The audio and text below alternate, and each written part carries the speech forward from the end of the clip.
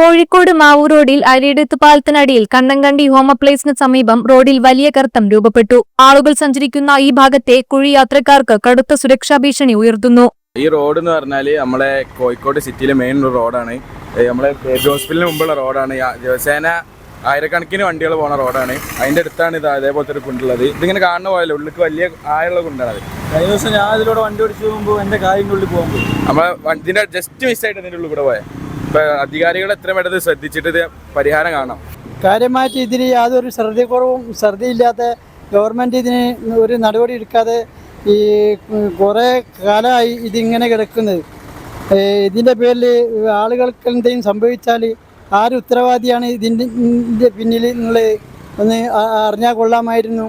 രാത്രിയിൽ കുഴി പെട്ടെന്ന് ശ്രദ്ധയിൽപ്പെടാത്തത് അപകട സാധ്യത കൂട്ടുന്നു. നിർമ്മാണത്തിലെ അപാകതയും ശാസ്ത്രീയമല്ലാത്ത നിർമ്മാണവുമാണ് കാരണമെന്ന് നാട്ടുകാർ പറഞ്ഞു. അപകടം ഒഴിവാക്കാൻ ഉടൻ മുന്നറിയിപ്പ് ബോർഡുകൾ സ്ഥാപിക്കണമെന്നാണ് ബന്ധപ്പെട്ട വകുപ്പിനോടുള്ള പ്രദേശവാസികളുടെ ആവശ്യം. News today Kerala.